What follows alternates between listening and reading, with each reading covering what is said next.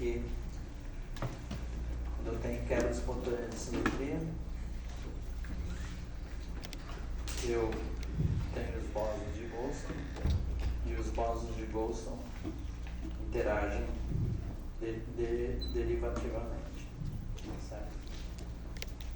Então, agora vamos derivar então a lagrangiana para a interação entre os pinos, que são os bósons de Wilson, pseudo-bósons de Wilson da QCD, certo? Muito bem, então vamos lá.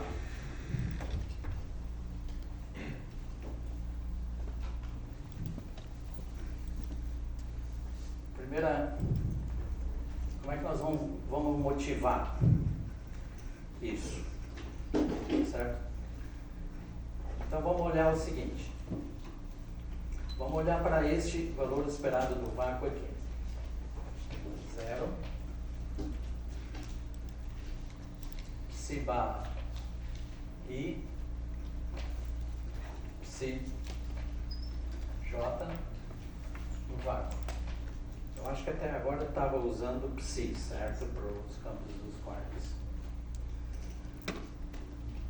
Então, o I e o J quer dizer quark U, ou quark D, ou S, ou por exemplo, índice de sabor. Certo? Muito bem.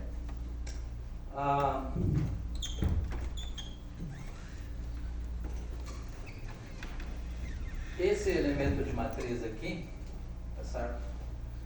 Ele é como se fosse o termo de massa, tá certo? Quando I é igual a J, tá certo? Esse aqui é precisamente um termo de massa. E a gente sabe que esse termo de massa não se transforma, não é invariante, tá certo? Então esse termo aqui não é invariante, né? E o valor esperado dele, em geral, né, pode ser 0 ou não 0. Certo? Depende, aí quem vai dizer é o experimento, tá certo? Então, quando eu tenho uma simetria, tá certo? Ela pode sempre ser, né, como a gente viu ontem, ela pode ser realizada no espectro, assim, como degenerescência no espectro, tá certo? Que é chamado modo de Wigner, que nem no átomo de hidrogênio. Né?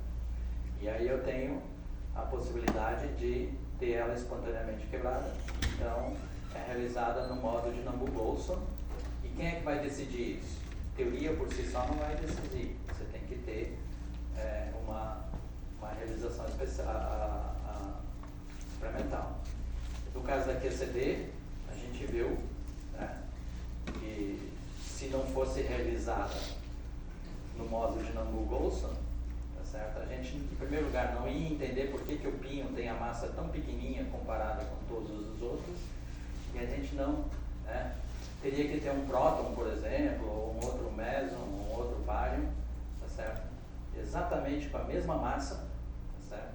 Ou muito próxima, tá certo? Só que com paridade oposta. E isso não existe. Não existem multipletos degenerados em paridade. Degenerado em massa em paridade, tá certo? Então a conclusão óbvia, né, se a QCD for a teoria fundamental, certo? Que essa simetria da lagrangiana é quebrada espontaneamente, tá certo? Então, uma das consequências é que isso aqui é diferente de 0, tá certo? Então, isso aqui vai ser um certo número, tá certo? O vácuo não tem sabor, certo? O vácuo é um estado sem sabor, tá certo? Então, isso aqui é diferente de 0, né? Somente isso aqui é diferente de 0. Então, tem o condensado. Isso aqui é chamado condensado, tá certo? Por que isso é condensado? Porque dá uma ideia de que eu tenho aqui um mar, tá certo? De quark e antiquark, né? Porque isso aqui cria um antiquark, por exemplo, isso aqui cria um quark, tá certo? Então isso você tem no vácuo, né? Um mar, todo o universo está cheio desse condensado, tá certo? Muito bem. Então, né?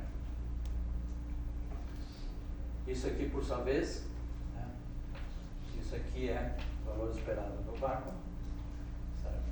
Psi R conjugado I, Psi L J, mais hermitiano conjugado.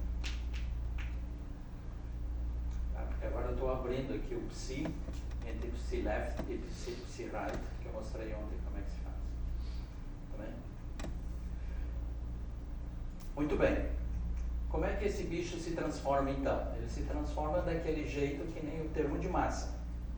Certo? Então, se eu me perguntar aqui agora, como é que é? 0, Psi left, ou Psi right, I, Psi left, J, vácuo. Né? Então, eles são transformados, por exemplo. Como é que ele se transforma esse valor esperado? Tá certo? Então, ele seria... É usual denotar isso aqui assim, Psi barra I, Psi J, tá? Para economizar esse zero aqui. Então, esse aqui então fica assim, e eu vou usar a propriedade de transformação agora, que isso aqui fica Psi left,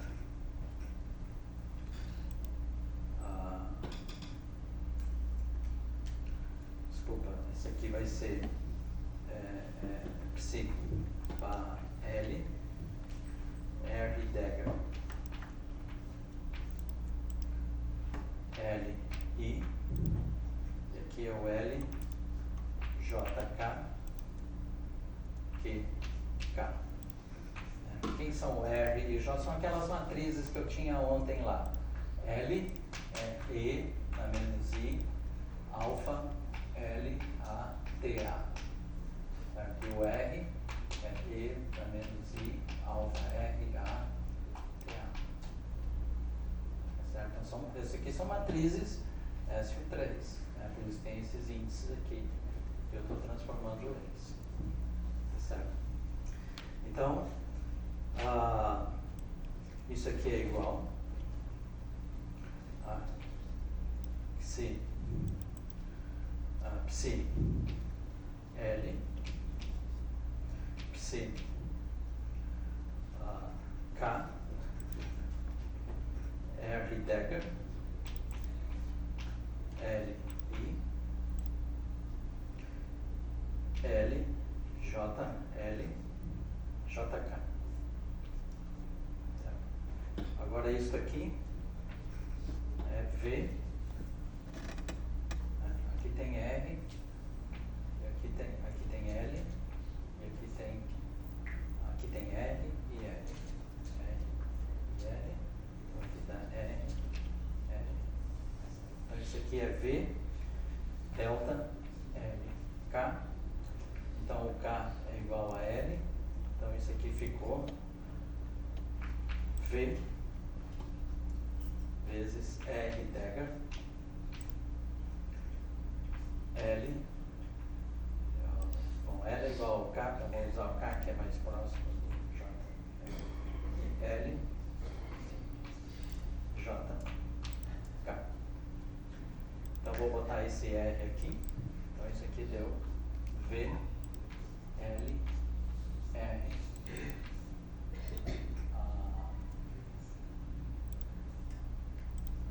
J, tá certo? Então, em geral, ele não é invariante, né, esse elemento de matriz, como o termo de massa, como a gente já sabia que não é, certo? Em geral, para transformações arbitrárias, alfa L diferente de alfa A, R, tá certo? Ele não é invariante, porque se fosse invariante, ele tinha que dar isso aqui tinha que ser delta J, I, mas não é. Desculpa, como no final de outra eu posso estar entendendo alguma convenção ou notação, mas tipo, o que ali seria o próprio Psi, né? É o Psi porque as minhas notas são... Trocando de letra. E na primeira passagem do condensado é uma setinha, uma transformação desse condensado para ver que ele não é invariante, correto? Esse aqui. É a primeira passagem? Tá. Esse aqui eu só estou escrevendo agora quem é o linha. Ah, Né? eles são linhas. São linhas, tá né? Que ele é um L ou um R do psi. Não, obrigado. É porque o linha eu pensei que era o pingo do I, o pingo do J. Não. O pingo está aqui, ó. Valeu. Obrigado. Foi muito fraquinho. Desculpa. Tá certo? Ok? Muito bem. Agora, né? Agora, no caso em que o L é igual ao R, ou seja, ele é uma transformação vetorial, tá certo? Isso significa, lembra como é que é a transformação vetorial e axial? Ele desenvolvia assim, a vetorial era alfa VA, o que é? É alfa LA mais alfa RA dividido por 2. E o alfa axial, né? A gente viu que a lagrangiana é SU left 3 vezes SU 3R. E isso é SU 3V vezes SU 3A. Certo? Como é que isso aqui conversa com aquilo ali através dessa transformaçãozinha que eu fiz ontem? Alfa A, alfa L A menos alfa R A dividido por 2. Certo? Quando L é igual a R, isso significa que este é igual a este, então isso aqui é o alfa L igual ao alfa R, então isso é a transformação vetorial. Tá certo? A transformação vetorial, então, se L é igual a R, isso aqui dá o delta IJ e aquele condensado ali seria invariante sobre esta transformação. O que é isso? Essa é a transformação que não é quebrada espontaneamente. Este aqui não é quebrado espontaneamente e este aqui é quebrado espontaneamente. Tá certo? Esse aqui que é o axial que é quebrado e esse não é.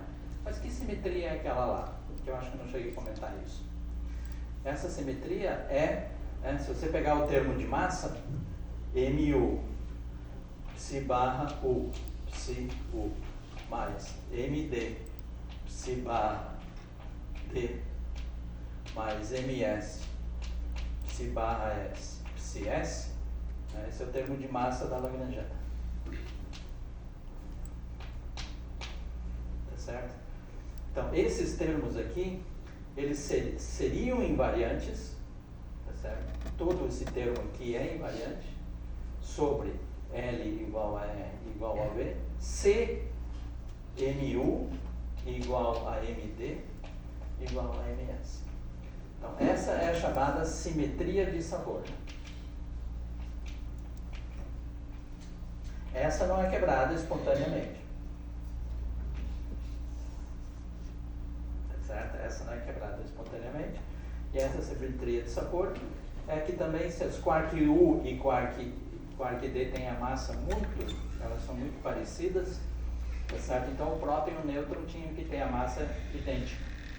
Por quê? Porque o próton, né, os números, o conteúdo de quark que dá os números quânticos do próton é 2U e 1D.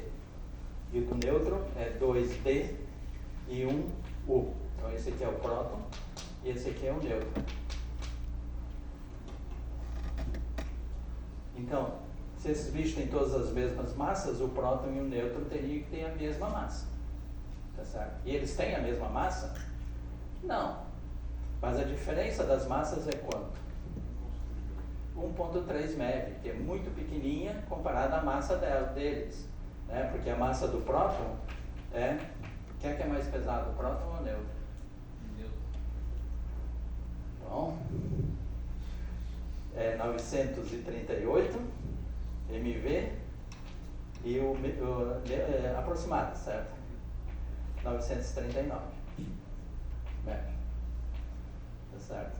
Então vocês estão vendo que a diferença é 1 MV. Tá certo?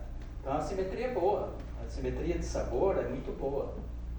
E ela vem da onde? Vem da quase, satisfazendo quase essa igualdade aqui. Agora, se tem esse termo aqui, se a lagrangiana da QCD tem o termo esse aqui, tá certo? Essa simetria aqui, então, ela não existe, tá certo? Por quê? Porque a simetria left-right, ela não existe na presença de massa. Tá certo? Mas as massas são tão pequenas comparadas ao lambda da QCD, que a gente começou analisando a QCD sem massa. Tá certo? Aí que a gente chegou nessa conclusão e assim a gente entendeu o pinho como sendo pequeno.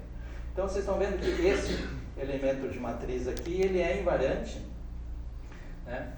Ele simplesmente está dizendo que MU, né, que esse condensado, o PSU, CD, eles são iguais. Nesse limite, certo? Quando as massas são iguais. Eles são diferentes de zero, mas são iguais. Então, sob uma transformação de trocar U por D, o valor desses bichos não muda. Todos eles são V. Tá certo? Sob a transformação axial, ele não é invariante. Tá certo? Por quê? Porque o vácuo não tem a simetria da lagrangiana. Então, o que a gente está interessado em fazer agora? Onde é que estão os bósons de Goldson? Os bósons de Goldson, eles estão no vácuo. Tá certo? E quem são eles? Eles são as excitações desse condensado aqui. Tá certo? Então, se eu pensar que isso aqui é um campo, por exemplo, né? Se eu der uma letra para esse bicho aqui, um sigma, né? Se isso aqui for um campo, né? Valor esperado de um campo, certo? Então, quem são os bósons de Goldson? Seriam as excitações quânticas deste campo aqui, que o valor esperado dele é uma constante. Tá certo? Então, são as excitações deste campo aqui que a gente está interessado. Tá bom? Muito bem. Então, a questão é como é que é a lagrangiana, então, desse campo?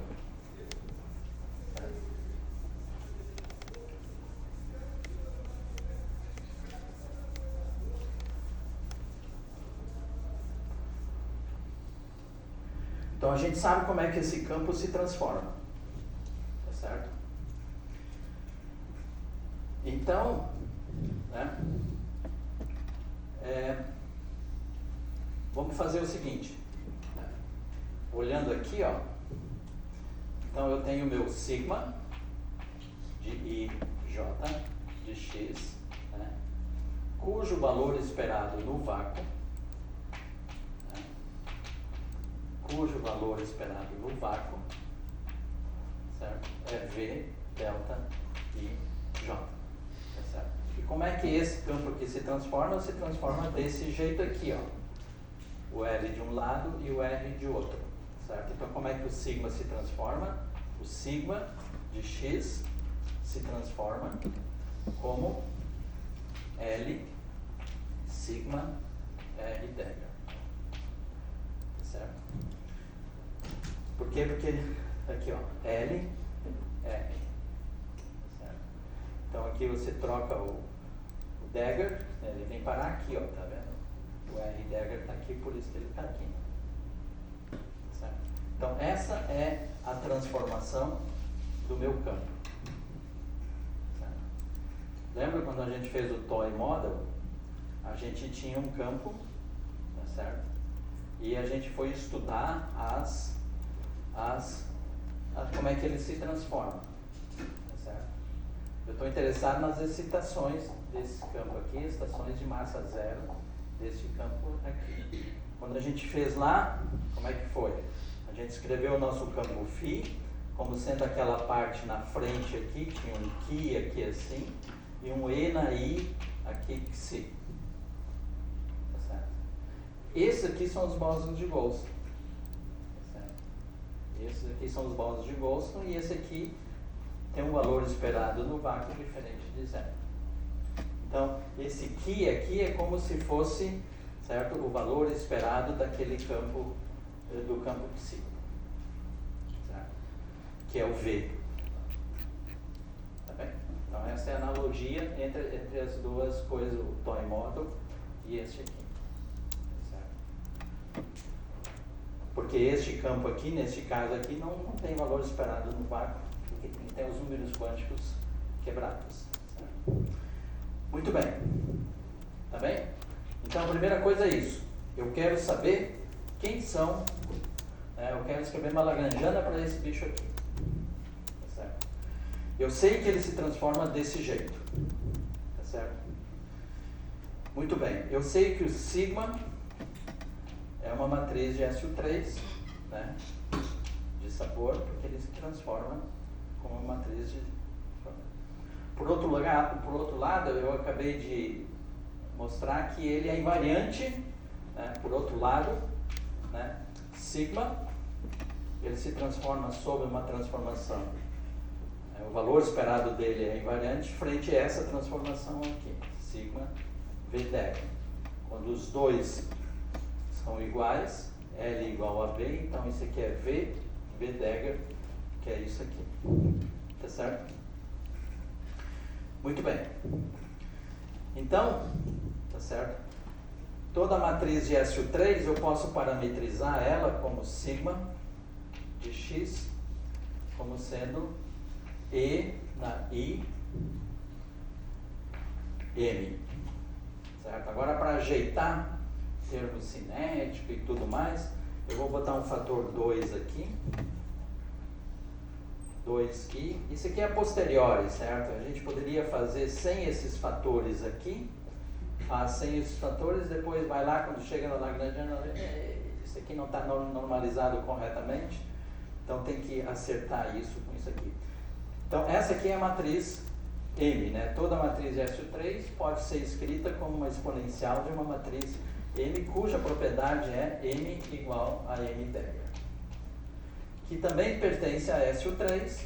Como é que eu sei que pertence ao SU3? Basta agora expandir isso aqui em série de potência, botar isso aqui e você vai ver que isso aqui se transforma como matriz SU3.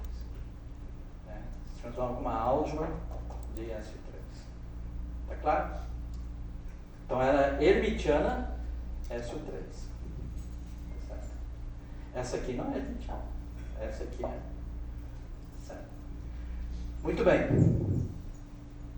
Feito isso, então agora eu preciso de uma parametrização. Tá certo? Então se isso aqui é matriz M3 e hermitiana, eu posso escrever M, certo? O que vocês acham? TA, certo? Eu vou escrever aqui PA. Então isso aqui é um M, então isso aqui é psi de X, isso aqui é M de X, isso aqui é F. Uma constante. Certo? Nós vamos ver quem é F depois. Certo? Por enquanto deixa assim.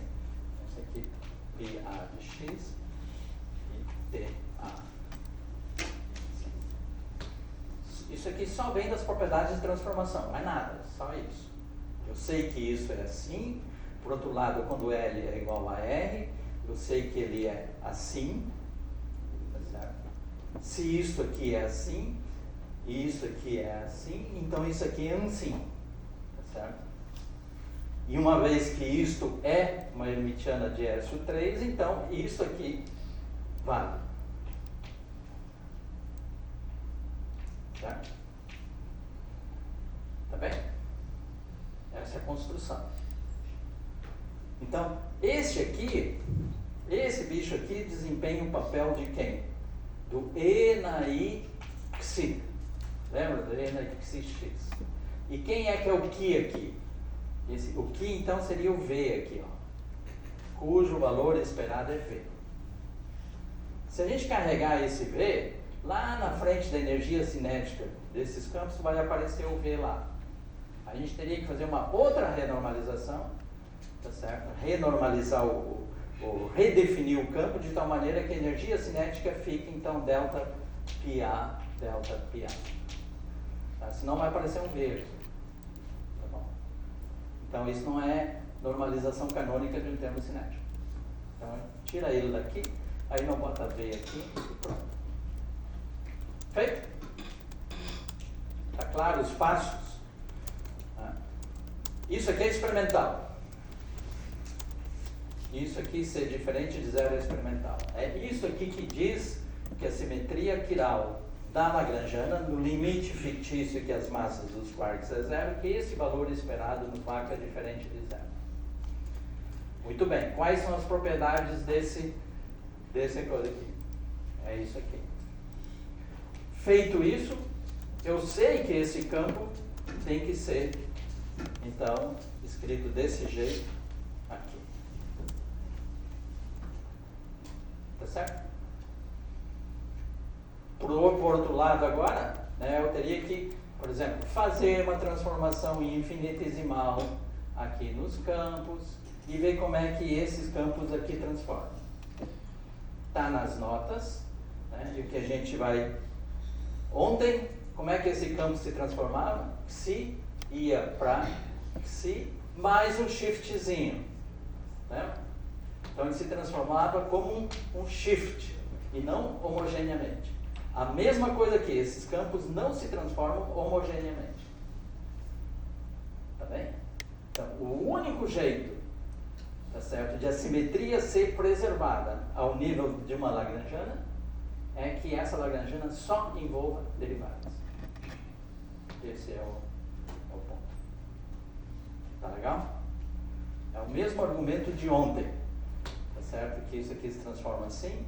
E esse PA aqui se transforma assim, PA vai para PA, mais umas constantes aqui que tem a ver com os parâmetros da transformação. Vou escrever assim.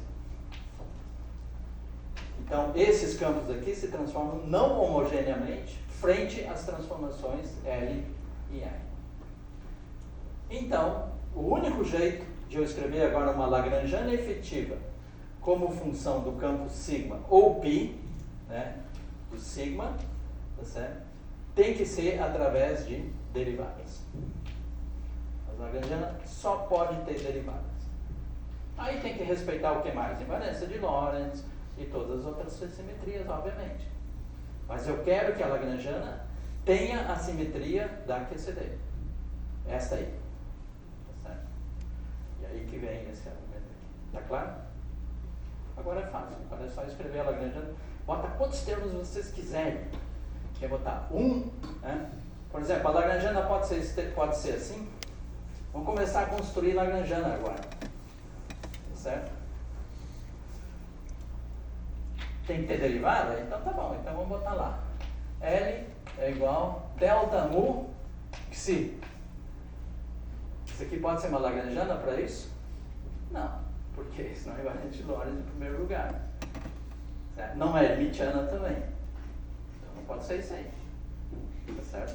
Então, no mínimo, tem que ter agora aqui uma outra derivada e um psi, por exemplo, Degger aqui, por exemplo. Tá certo?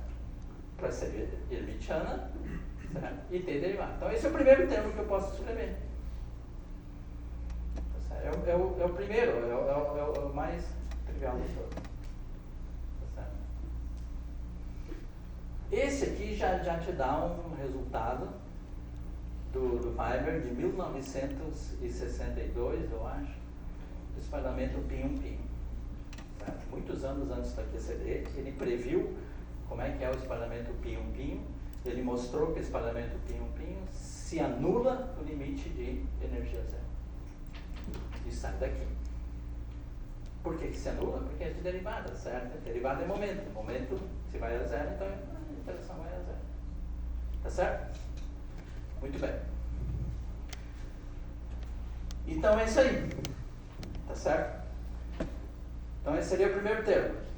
Tá certo? Agora, para ter as dimensões corretas e tudo, eu tenho que acertar essa constante aqui na frente, porque quando eu derivar aqui, vai baixar esse F aqui, ó. Vai aparecer esse F aqui.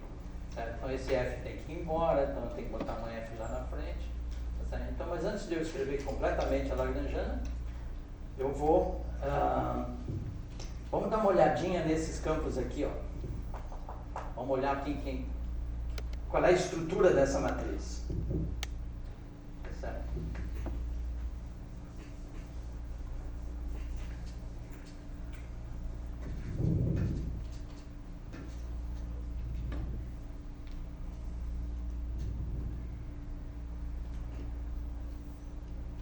fazer assim, ó, tem que envolver isso aí, certo? Daí tem que aceitar a constante, como isso aqui é matriz, uma Lagrangiana não pode ser uma matriz, tem que ser o traço. Vamos lá.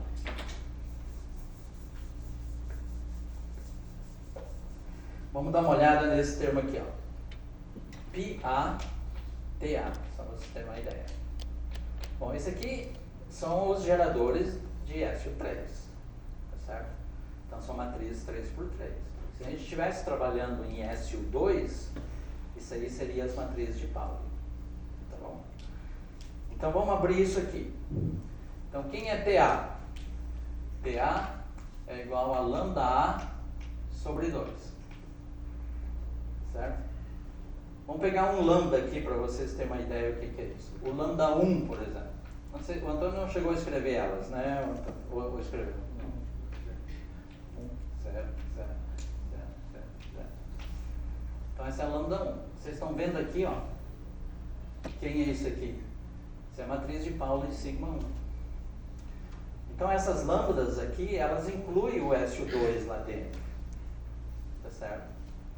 Só que é mais, né? Tem mais coisa. Vamos pegar um outro aqui, por exemplo. Pegar o lambda 8. Então o lambda 8 é 1 sobre raiz de 3. Então essas são as matrizes de Gell-Mann. Não é a única representação, posso ter outras, mas essa é a mais usada nesse contexto, certo? E assim vai.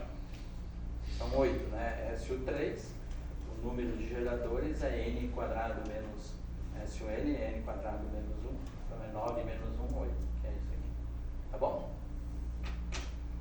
E satisfaz aquelas relações de computação que o Antônio escreveu. Tá claro?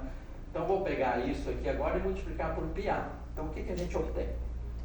A gente tem uma matriz lindíssima. Né?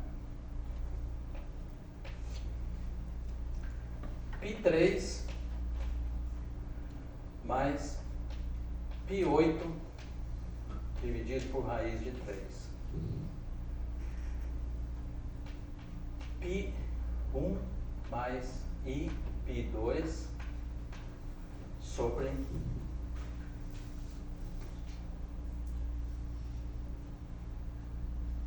nada. E aqui é π1 menos i π2. Aqui é menos π3 mais π8 sobre raiz de 3. Então vocês estão vendo aqui, bom, deixa eu escrever mais um. Aqui π4 mais i π5. Então esses são meus campos, certo? Esses são meus campos, certo? Esses são meus campos físicos, que nem o Xi aqui, ó. Esse é o meu bóson de Goldstone. Esses aqui são meus bósons de Goldstone. Nessa parametrização aqui, esses aqui são os bósons de Goldstone. Certo? π6 mais i π7. Aqui π4 menos i π5, π6 menos i π7 menos 2 π8 sobre raiz de 3. Pronto. Então essa é a minha matriz que está lá no exponencial, então esse aqui é o meu m. Tá certo? Então vocês estão vendo, tem 8 campos. 8 campos. Tá certo? Aqui eu só tinha um campo. Tá certo? Um campo porque é um modelo mais simples e tudo, é para a gente entender a coisa. Tá certo? E agora eu tenho 8 porque eu tenho 8 geradores quebrados. Cada gerador quebrado me leva a um bóson de Goldstone. E esses são os campos. Agora aqui, ó, se a gente estivesse fazendo SU2, aqui seria π3, certo? Então SU2 são 3 campos, π1, π2, π3. Porque SU2 tem 3, que é sigma 1, sigma 2, sigma 3. Então tem um π1, π2, π3. Tá certo? Então aqui seria π3, aqui seria π1 menos i π2, aqui π1, aqui mais i π2 e aqui menos π3. Então o azul aqui é o SO2 desse negócio. Então quem é o π3 é o meson π. π3 é o meson π0, carga zero. π1 menos ip2, π1 menos ip2, depende da convenção agora, eu vou usar aqui, isso aqui é o π mais, e o π1 mais ip2 é o π menos. Então esses são os campos físicos César Lattes observou. Lá, por aí, né? São esses campos aqui. São essas partículas aqui. Eu acho que ele observou os carregados, obviamente.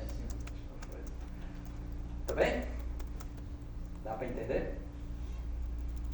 Isso aqui só veio da simetria, certo? Não tem nada aqui, eu não estou chutando, mais ou menos, né?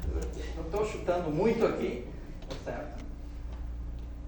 Tem essas leis de transformação, então, quando eu disse que isso aqui é isso aqui, então isso aqui é isso aqui, não tem chutação, isso aqui é um fato. Agora, se isso aqui, então isso aqui é aqui, pronto. Então se isso é assim, então é assim, pronto. E se isso é assim, isso é assim. Então falta identificar quem é isso aqui e o experimento nos diz que é isso aqui. Se fosse SO2, tá bom? Agora, certo? Eu vou pegar essa aqui, que eu sei que tem que ser assim, né? Porque senão a simetria não é realizada, porque os campos se transformam desse jeito aqui, tá certo? Se não tiver derivada, isso aqui não vale, ou vice-versa. Se não tiver derivada, a lagrangiana não vai ser invariante frente a isso aqui. Tá bem? Então sou obrigado a usar derivadas. Pronto. Agora eu posso abrir essa lagrangiana, certo? Começar a derivar aquilo lá, e eu vou ter o termo cinético, tá certo? E termos de interação e tudo mais, porque isso aqui eu vou expandir, ó. Certo? Eu vou expandir isso aqui. Isso aqui, ó, vai ser 1 mais, né? Porque o E na I, M sobre F. 2 aqui. Então isso aqui o que é? 1 mais 2im sobre f mais 1 sobre o fatorial de 2 e assim vai. Tá certo? Então, vou derivar isso aqui. Então vai derivar aqui, vai derivar aqui, vai derivar os outros termos todos ali. Então vai ter, aqui tem interação aqui dentro. Aqui tem interação, aqui tem o termo cinético, aqui tem tudo isso. Tá certo? Mas esse não é o único termo que eu posso escrever. Tá certo? Nada me proíbe de botar mais um termo aqui assim agora. Delta xi ao quadrado. E assim vai indo. Tá certo? E quando é que eu paro? Certo? Tem que ter um critério. E esse é o critério que eu já falei, que é o power counting.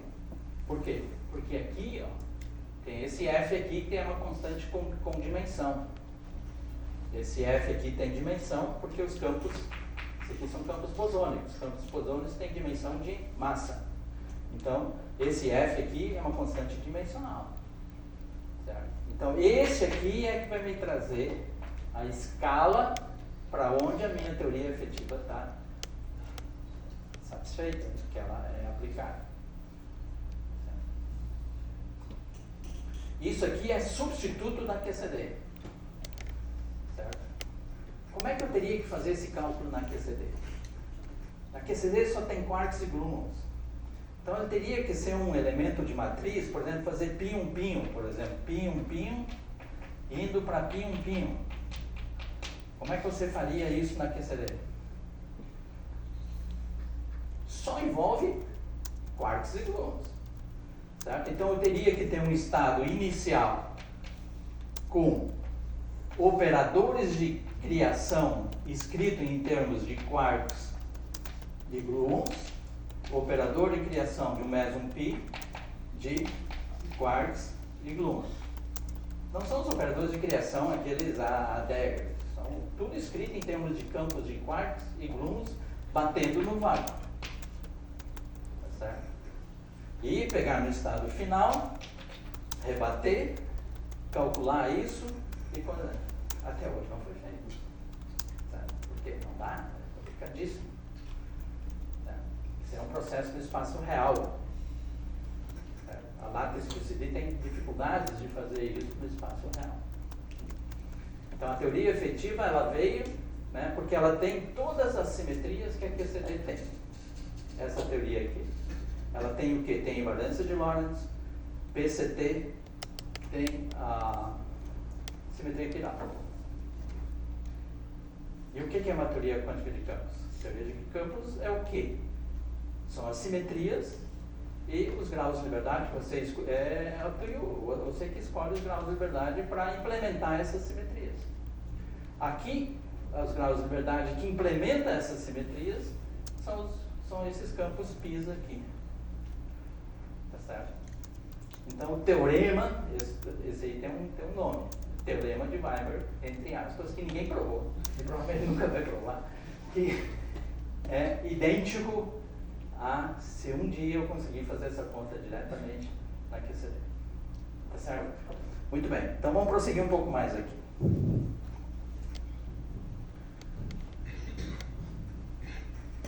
Tá. Deixa eu ver o que vem agora. Tem perguntas, hein? Um comentário, acho que você permitiu que a essa altura do campeonato a gente não tem massa ainda. Não tem massa. Então eu olhei aqui agora, o que eu faço primeiro? Eu ponho o termo de massa ou vou dizer o que é o F? Tá certo? Porque tem que saber quem é o F. Porque ele que vai me dar a escala aonde eu devo parar. Tá certo? Então se eu estou interessado em energias muito baixinhas, chega isso aqui. Não precisa mais nada. Tá certo? Agora se eu quero energias um pouco mais altas, aí eu preciso botar mais termos. No momento que eu ponho mais termos, aí ele vai precisar uma cara de estudante de máquina para calcular esse negócio e tudo mais. Tá certo? Então, ok. Então, quem é esse F? Tá certo? Este F aqui, eu vou dizer quem é. Tá certo? Esse aqui é a constante de decaimento do π. Constante. Ok. Inspirem-se no Antônio. F é igual constante de decaimento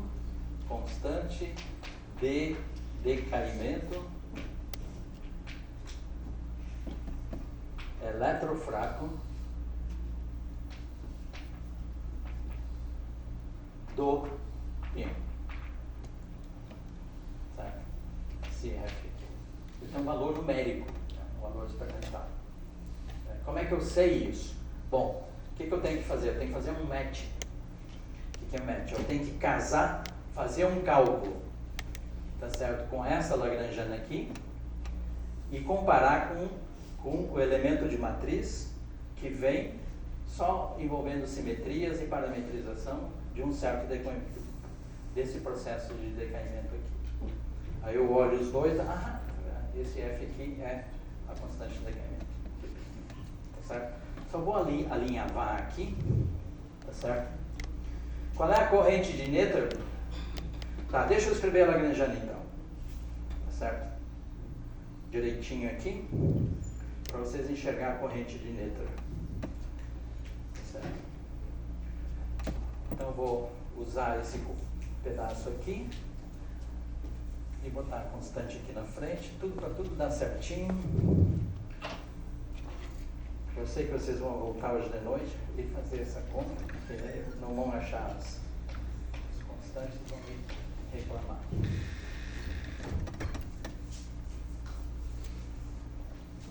Então é F quadrado sobre 8 traço de delta mu sigma delta mu sigma. Pode botar o Dagger aqui ou aqui. Para não ficar muito amontoado, põe ele aqui. Mais termos de derivadas de ordem superior.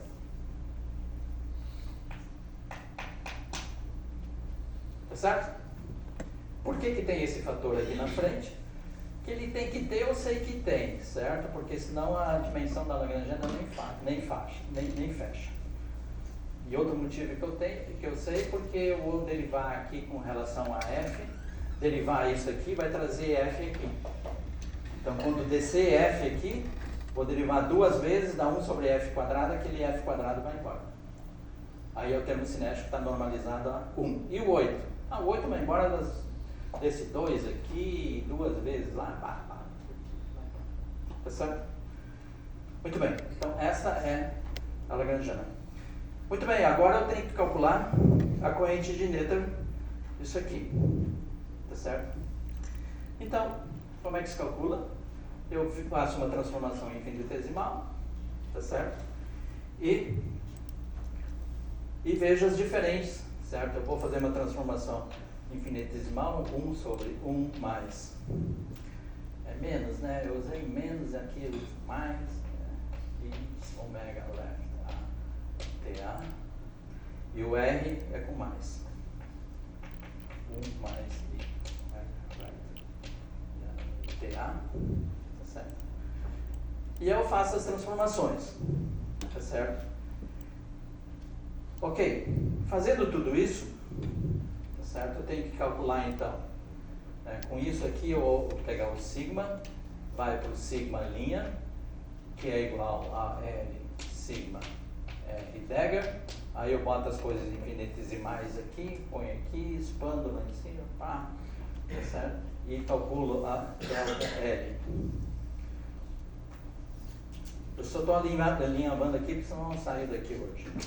Sigma linha, menos sigma, e daqui eu tiro a corrente de Noether, certo? Que é dada por, né? Então daqui eu tiro que isso aqui é menos ou mais I f quadrado sobre 4, tem que fazer essa conta, traço de TA sigma delta mu sigma delta. Certo? Muito bem. Que por sua vez, isso aqui é igual a teorema de Noether, certo? Aqui é teorema de Noether. Menos JL mu de A delta mu ômega L de A. Então, comparando essas duas aqui agora, aqui faltou o delta mu ômega L de A. Tá certo? Então é o seguinte, eu estou fazendo uma transformação infinitesimal nessa Lagrangiana, que é dada por isso aqui. Tá certo? Eu estou dizendo para vocês que vocês fazendo esta conta aqui, a variação da Lagrangiana é dada por isso aqui. Do teorema de Noether eu sei que tem que ser assim. Então daqui eu leio agora a corrente conservada. Tá certo? Esse é o truquezinho aquele de fazer o ômega dependente da posição e para poder ler a corrente. Tá certo? Muito bem. Então JL é esse aqui. Certo? Esse menos aqui, então esse aqui é o JL. Ó. Menos o JL. Tá claro? Então essa é a corrente conservada, escrita em termos desses campos sigma aqui. Tá bem? Muito bem. Agora eu vou calcular um elemento de matriz. De quê? De um processo físico.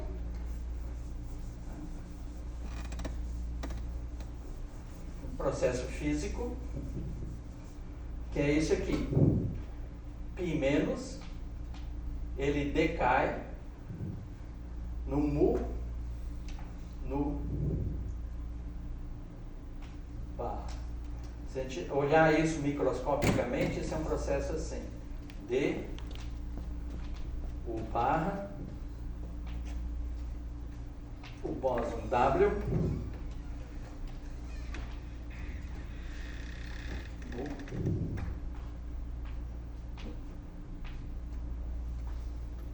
decaimento muônico do π-, por exemplo. Certo? Então, vou calcular isso aqui agora. Isso aqui eu tenho uma parametrização agora. Só por invariância de Lorentz e escambau, eu chego que isso aqui, esse elemento de matriz aqui, J mu, J5 mu, A, π, B, um π de momento, um P, então isso aqui é o π. Esse aqui é o π menos. Tá? Então, essa aqui é uma parametrização completamente geral. Invariância de Lorentz, P mu, se isso aqui é uma corrente, o único momento, a única quantidade que eu tenho disponível aqui é o P. Então tem que ter um P mu aqui. Tá certo? E aí eu parametrizo isso aqui com uma constante aqui na frente. Tá certo? AB, tem delta AB, né? E para acertar as coisas, ainda ponho um menos I aqui, F, B. Ok.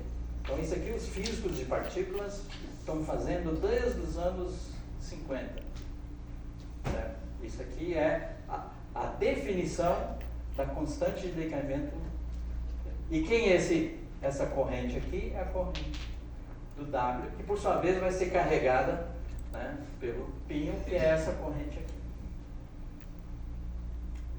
Certo? Muito bem. Agora eu vou lá e faço essa mesma conta com essa corrente aqui.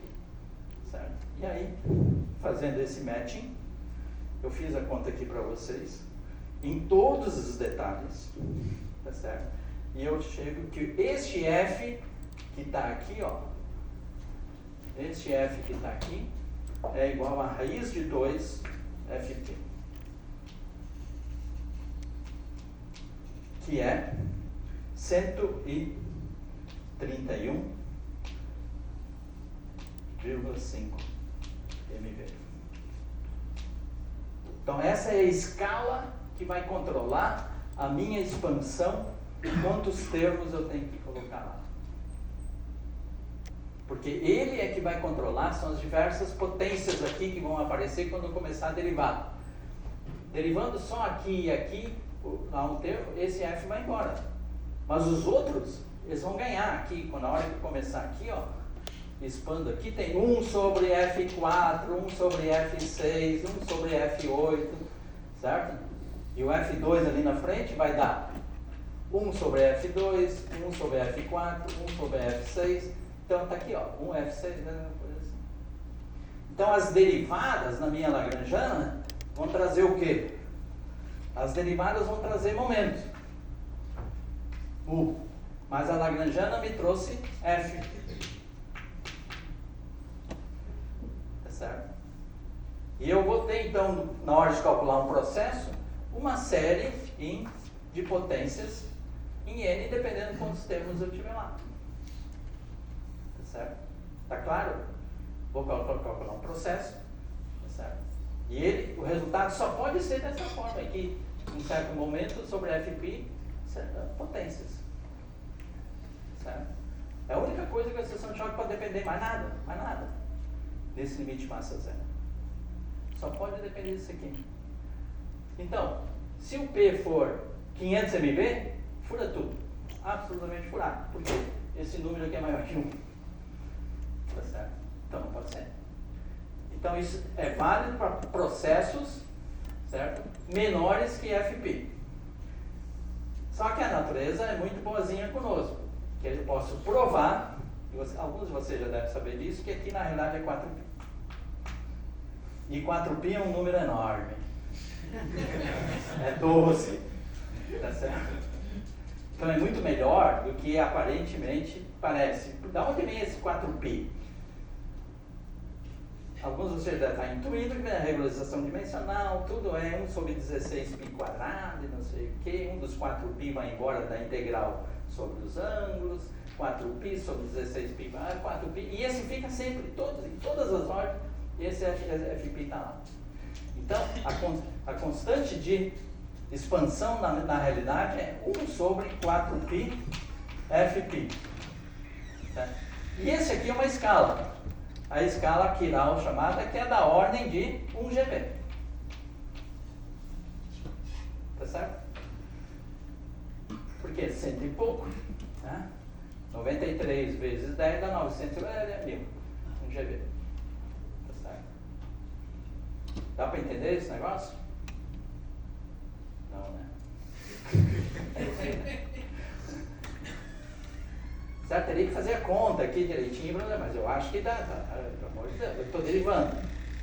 Vai baixar 1 sobre F. Derivada é momento. Certo? Então, só pode depender disso aqui. O que mais? Não tem mais nada. Né? Não tem nem massa no problema. Só pode depender disso aqui. Claro que você tem que me acreditar, mas duvido que alguém duvide de mim.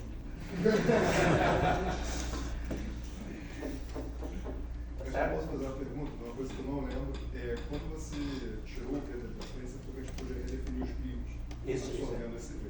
Só que os pios estão dentro do M. Então, quando você fizer isso, você também vai aparecer um V junto desse F. Isso permite que a gente crie uma conexão entre essa escala do condensado quiral com a escala da... Não, a escala quiral, ela vai se manifestar na massa.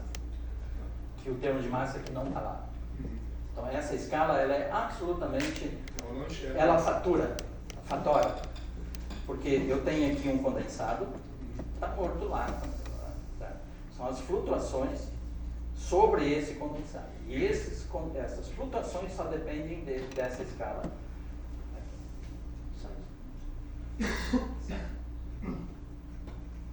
Tá bem? E o termo de massa, hein? Podemos botar a mão, né? Mas é feio, porque é uma teoria, né? Então, não dá para botar a mão nesse negócio. Tá certo?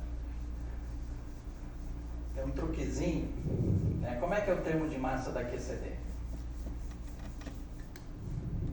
O termo de massa da QCD a gente já viu, certo? Tá ficando escasso o giz, né? Tá aqui.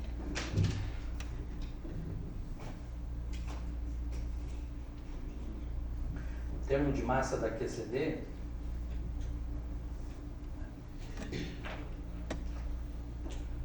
então, QCD.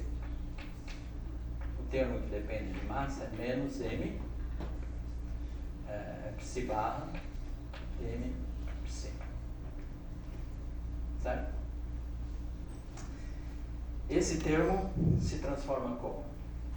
Esse termo se transforma como Q barra L Dagger M R Q. Opa, psi. Até o jeito como o termo de massa que a gente fez ontem e saiu hoje também se transforma desse jeito aqui. Tá bem? Muito bem. Então, o primeiro termo que vai aparecer aqui, certo? Eu gostaria que esse M tivesse ali. Tá certo? Porque quando eu ponho um M igual a zero, aquilo lá vai a zero e eu retomo ali. Tá certo? Agora, como é que eu posso fazer isso? Então tem um truquezinho aqui que foi inventado pelo George I, que é o seguinte, que é chamado o truque do Spurion.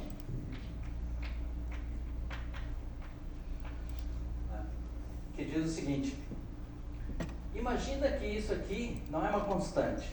Isso aqui é a matriz de massa, certo? Isso aqui é aquela massa, MU, MD, blá blá blá, assim por diante.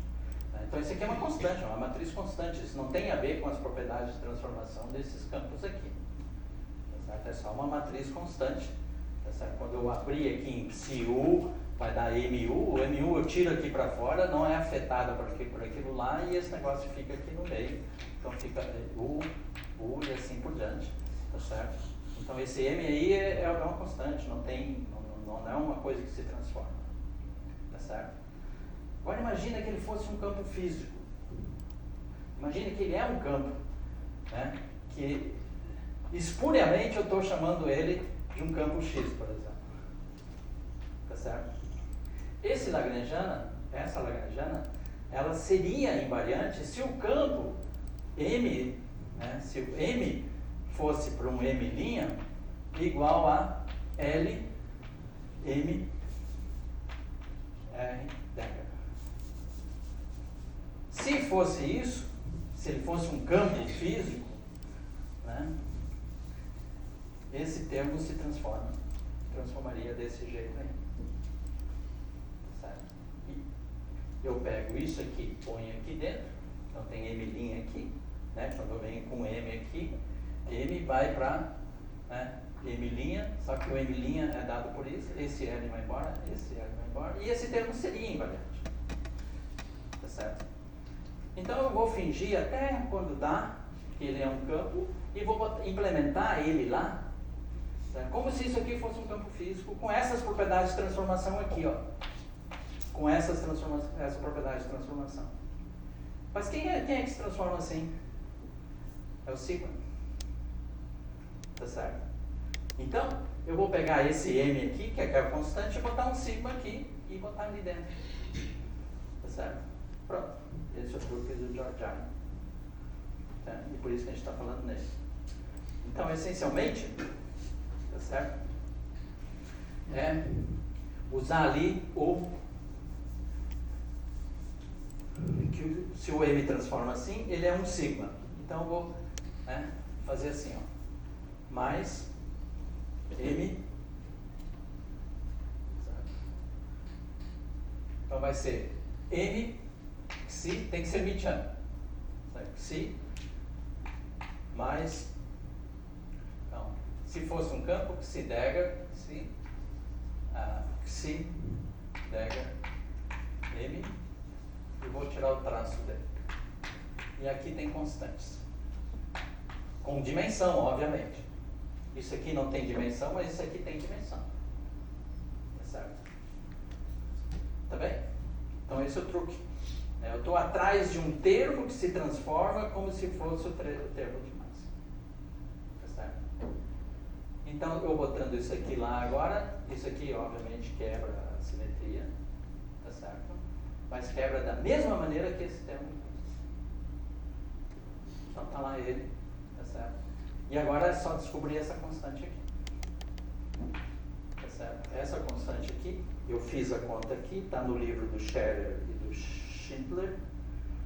Tá certo? Esse número aqui nada mais é do que o que me perguntaram. É V.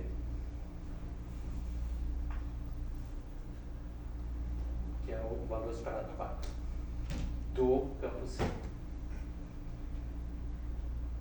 Aqui eu estou chutando, tá? Porque não nada, você tem que calcular a energia do vácuo e aí ver que isso aqui é o condensado. Tá bem?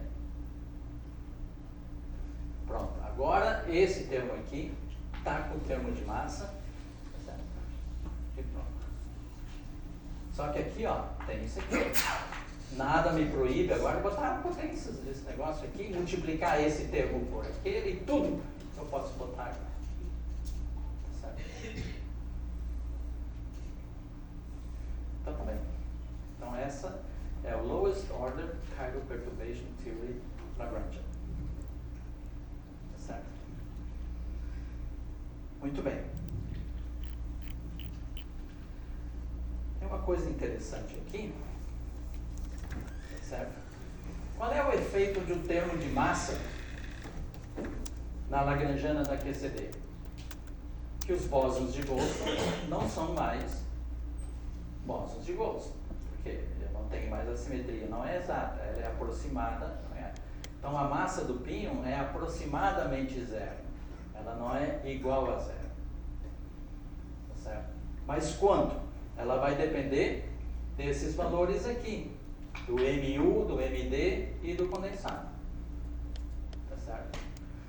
Então, como é que eu vejo isso agora? Agora eu tenho que abrir essa Lagrangiana aqui. Tá certo? Então o que eu vou fazer? Todo mundo na sala enxerga que tem um termo assim.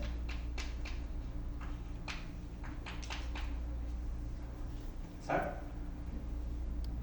Que vem da onde? Tá. Né? Vou expandir isso aqui. 1 mais πA, esse negócio aqui, πA, TA, tá certo? Vou derivar e vou tomar o traço. Tomar o traço faz desaparecer os TA lá. E aquele 8 lá está fabricado para cancelar exatamente o T aqui. Então, esse termo está lá. Agora, quando eu expandir esse aqui, vai vir em termos agora πA quadrado, por exemplo. E aqui na frente, um número que vai depender de quem? Do V, do M e, em princípio, do F também. Certo? Da onde vem? Vem da expansão desse termo, porque agora eu vou pegar isso aqui, ó, expandir 1 mais tem πA, πA aqui, ó, 2 πA, que vem da expansão. Tá? Eu vou até aqui do lado. Então, olhando aqui, eu leio quem são as massas agora, que é da quebra explícita de simetria. A quebra explícita de simetria é proporcional a M. Então, aqui já dá para ver mπ quadrado, porque aqui tem que vir o quê? mπ quadrado, que é o que vem aqui. Então, esse mπ quadrado é o quê? Proporcional ao m. O quadrado da massa do bóson de Goldstone é linear na massa dos quarks. Isso é característica de bóson de Goldstone. Certo? Que no átomo de hidrogênio não é assim. A massa do átomo de hidrogênio é proporcional à massa do elétron mais a massa do próton. Ó, já começa assim, linear no M. Aqui é a massa ao quadrado, ó. Porque esse coeficiente aqui é a massa ao quadrado, que é πA quadrado. Tá certo? Esta característica aqui é um comportamento não analítico da massa, que é a massa do π1, é proporcional à raiz quadrada da massa do quark. Mas esse comportamento não linear... Qual é o comportamento não linear de quê? Da transformação? Não, da massa. Sim.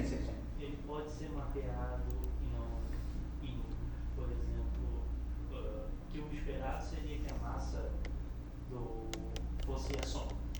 Exato, essa é a nossa intuição, né? Que é essa do massa do átomo de hidrogênio. Essa parte de ser quadrática é porque daí as interações dos componentes internos contribuem ter massa relacionada a alguma coisa assim? A massa só pode vir do conceito interno, Sim, certo? Você mas só é pode vir uma de lá. energia Agora, inteligível. aqui só tem a ver com a simetria. Isso é só da simetria. Só de simetria. Se tu faz o modelo de Ising, pega o modelo de Ising, tá certo? E vê a magnetização, certo? No modelo de Ising, quem é que quebra a simetria? É um campo magnético. Aí você vai ver que a magnetização vai com a raiz quadrada de H. Isso é uma característica de uma quebra espontânea de simetria. Tá certo? De Heisenberg, tá? Modelo de Heisenberg. Então, esse aqui é universal, essa é matéria condensada, já sabe há muitos anos. Tá certo? Então, isso é a característica dos bósons de Goldstone. Tá certo? Mas, só curiosidade, nesse modelo que você falou, quem é que faz o papel de causar essa pequena quebra? Campo magnético. O próprio campo, que causa quebra espontânea. Mas o que Não quebra, é quebra explícita. Quebra explícita. Claro, porque esse aqui é o modelo. SI, SJ, soma e J assim. Certo? Isso aqui é invariante sobre o Sobre a magnetização, campo magnético externo. Perdão. Sim, magnético externo. Agora eu vou botar um H, soma, HSI aqui. Isso aqui não é invariante de rotação. Não, perfeito. Então ele quebra a invariância rotacional do meu problema. Tá certo? Então a pergunta é, como é que vai agora as flutuações da magnetização? As flutuações da magnetização vão, né, que é o quadrado, m quadrado, vai com H, ou seja, m vai com a raiz quadrada de H. Certo? Muito bem. Agora vocês, né?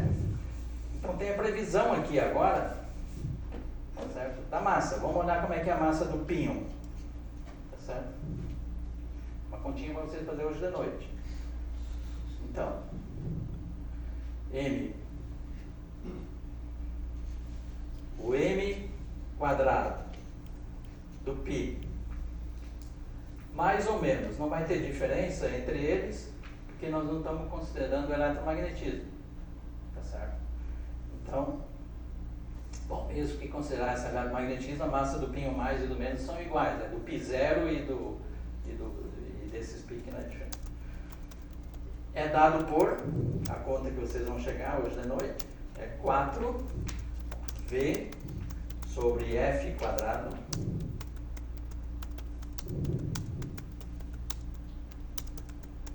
vou nem copiar o conceito, MU mais MT.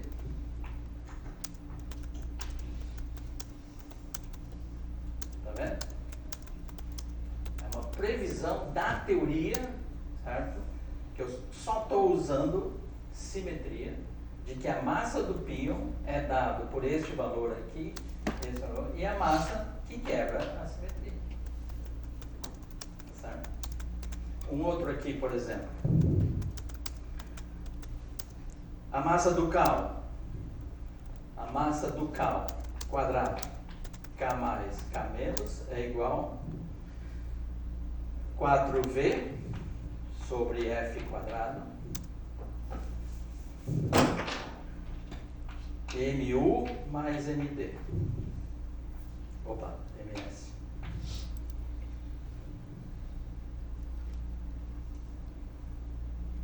Tá? Então, se por alguma razão você conseguiu esses valores aqui, você prediz quanto vale a massa do carro. Tá certo? E assim vai. São 10 minutos. 10 minutos. Ótimo. Ok.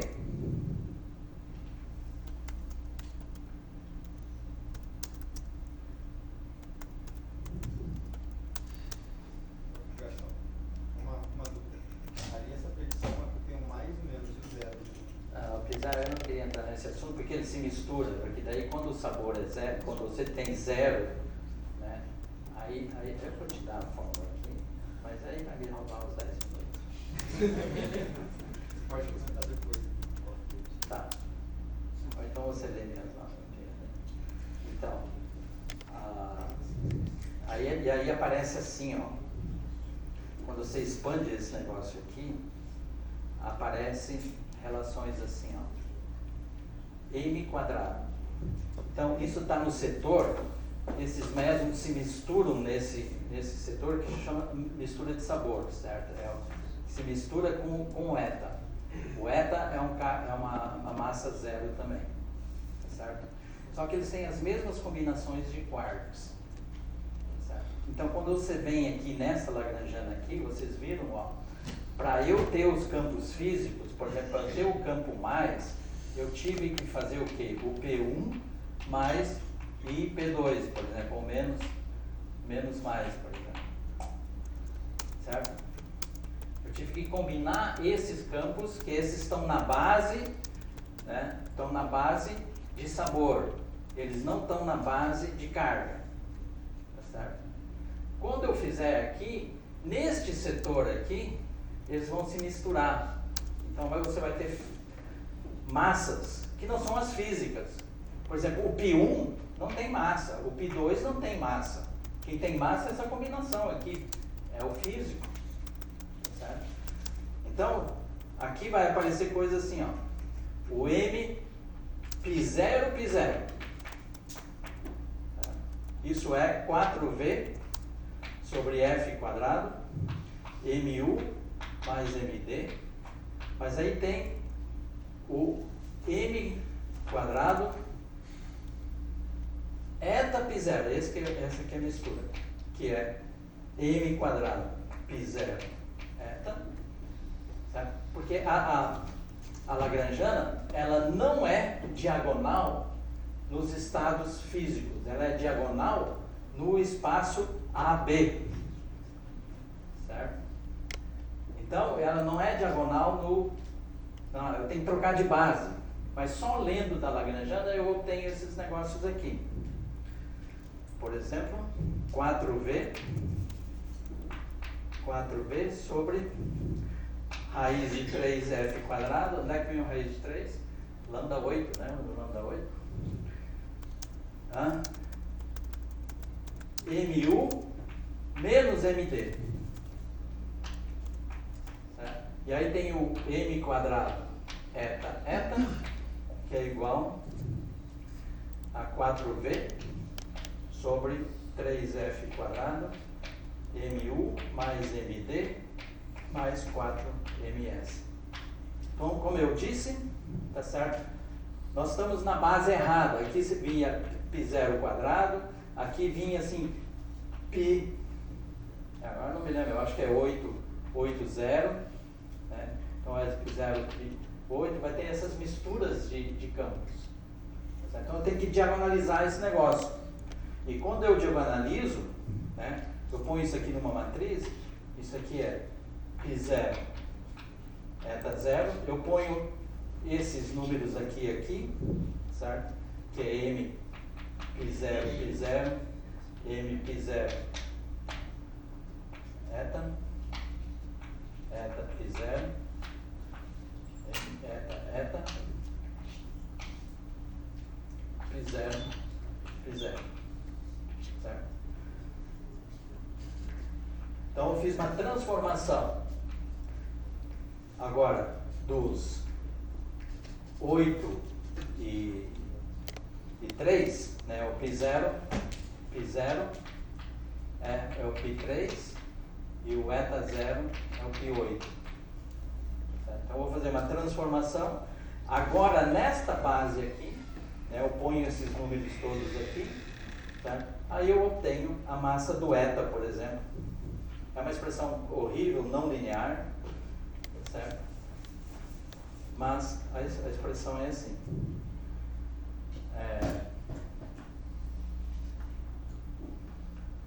M π0 quadrado é igual. Então, por que você fez essa pergunta? 4V sobre F quadrado, MU mais MD. E o interessante é esse aqui, M quadrado, o eta mesmo, né?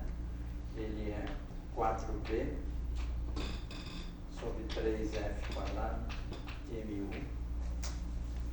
mais, porque aqui é assim, ó, mais MD, mais 4MS.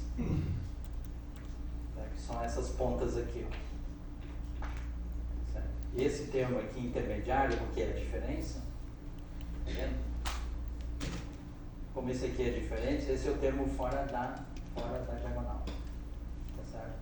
Então, no limite de Zuspin, no limite de Flavor, esse aqui é 0. Quando isso aqui é 0, aí é propriamente isso. Então, esse coisa aqui é quando você expande no MU menos MD. Faz uma série de potências nisso. Certo? Então, de ordem mais baixa é isso aqui, e isso aqui são as massas. Esse é o π0. Tá certo? Só lendo aqui da Lagrangiana, elas aparecem misturadas no setor de carga zero.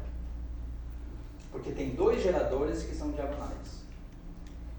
Que é o lambda 0 e o lambda 8. Que o pessoal do Maximum Abelian Gauge sabe muito bem que isso são diagonais. Muito bem. Ok. Agora no restante dos 9 minutos. Acho que acabou, não foi? Um pouquinho só. Tá certo? Como você já sabe agora, dada a Lagrangiana, calcular espalhamento, é barbada agora, né? Vamos fazer espalhamento π0 mais π0 indo para π0 mais π0. Então, como é que vocês iam calcular isso aqui? Vocês pegam essa Lagrangiana aqui, ó,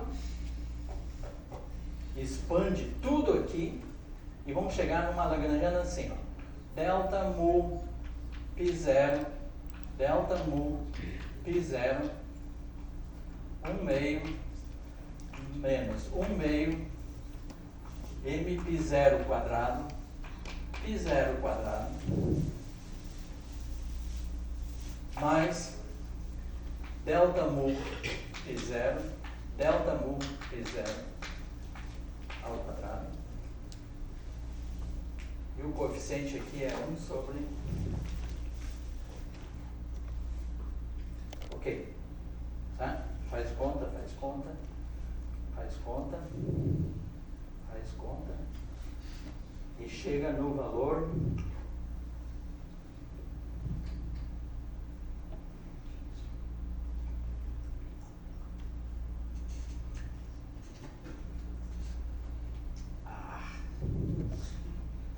Ok, exercício para casa. Tá certo? Dada a lagrangiana, então essa é a lagrangiana no setor π0, no setor π0. Então essa é a lagrangiana. Tá certo? Agora vamos calcular a amplitude de espalhamento a nível de árvore π0, π0. π0 mais π0. Indo para π0 mais π0. Tá certo? Quem é o gráfico? É esse aqui. Certo? Tem mais um termo aqui, ó, que é π4.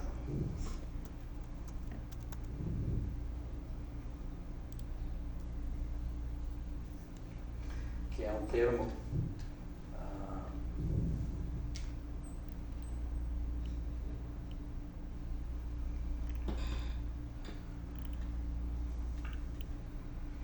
mais organizado. É 1/6 mais 1/6. Então, MQ F MQV sobre 6F4 π0 na quarta. Então, tem o lambda Φ4 aqui, certo? Então, essa é a lagrangiana. Aqui é F4 e aqui esse coeficiente aqui é o exercício para casa, certo? Mais isso aqui. Tá bem? Essa é a lagrangiana. Então tem um termo π4 que no limite quiral não existe, tá certo? Então no limite quiral, ou seja, no limite de simetria exata, bósons de Coulson só interagem derivativamente. No momento que você coloca uma quebra explícita, pode ter polinomios. Certo? Muito bem. A seção de choque, ou amplitude de espalhamento, então vai ser isso aqui. Então, isso aqui é igual a este termo aqui, que vem daqui. Certo? E agora...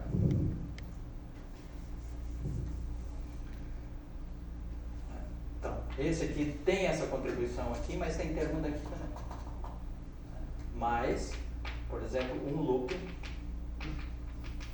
que é esse aqui.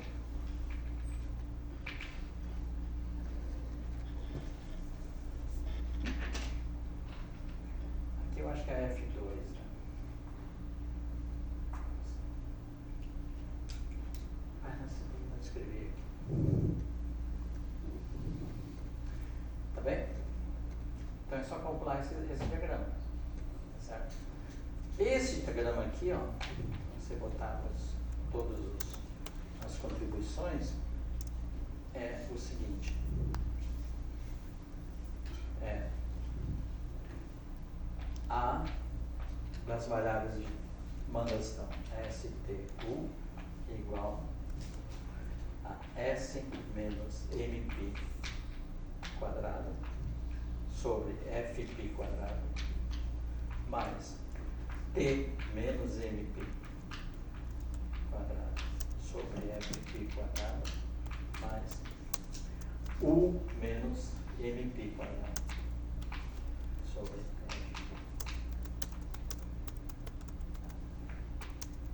Esse número aqui tem a ver com a massa do pino.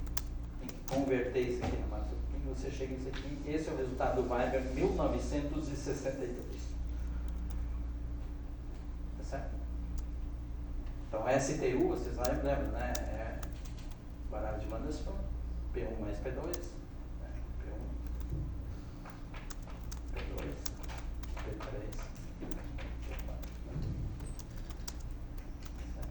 Então, esse diagrama aqui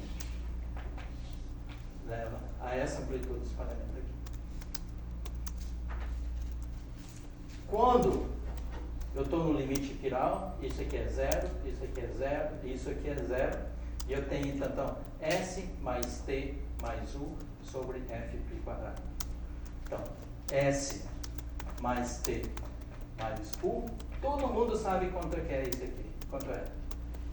4mπ². Mas no limite chiral é zero. Então, amplitude de espalhamento em ordem mais baixa é zero. Que é o resultado que nós tivemos naquele toy model, que é aquele diagrama dá zero. Tá certo? Ok? Então, tá aqui provado. Esse resultado aqui. O resultado aqui é 3mπ² sobre Fπ². Quando o mp é zero, esse negócio aqui é zero. Aquele primeiro diagrama lá dá zero. Só tem a ver com a simetria. No limite final. E isso aqui, hein? Todo mundo sabe fazer, certo? Um propagador aqui, outro aqui. Legal. Aqui que vem a divergência ultravioleta agora. Tá certo? Então essa divergência agora, como é que nós vamos calcular ela? Como é que nós vamos fazer? Tem que parar, não é? Está na hora. Aí eu teria que ir num diagrama de ordem mais alta aqui, tá certo? E absorver a divergência que está aqui no coeficiente que eu vinha. Eu tenho que adicionar termos aqui agora, ó, potências mais altas, de tal maneira a absorver essa divergência. E aí, e assim vai. Então, queria fazer non-relativistic QED, non-relativistic QCD hoje, mas vai ficar para amanhã. Então amanhã eu tenho 4 effective field theories para falar para vocês. Bem, vamos agradecer, pessoal.